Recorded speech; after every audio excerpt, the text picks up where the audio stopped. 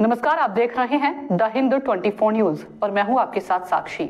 आइए नजर डालते हैं आज की बड़ी खबरों पर। चिर प्रतिद्वंद्वी भारत और पाकिस्तान, इन दोनों देशों के बीच दशकों से प्रतिद्वंद्विता की भावना रही है।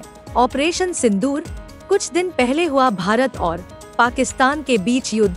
दोनों देशों के बीच युद्ध की स्थिति में भारतीय सेना ने अपनी अटूट शक्ति का प्रदर्शन किया तथा तिरंगा झंडा ऊंचा करके देश की शान का इजहार किया। पश्चिम मेदिनीपुर जिले के केशपुर ब्लॉक तृणमूल कांग्रेस की पहल पर, साथ ही पूरे देश में भारतीय सेना को श्रद्धांजलि देने के लिए तृणमूल कांग्रेस के झंडे के साथ जुलूस निकाला गया। देश की प्रतियोगिता में भारतीय सेना के योगदान के लिए सभी का आभार व्यक्त करता हूँ।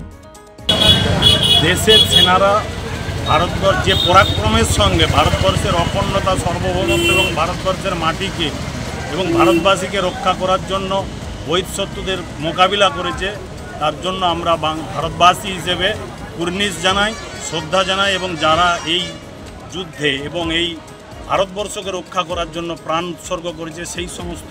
देखते रहिए द हिंदू 24 न्यूज।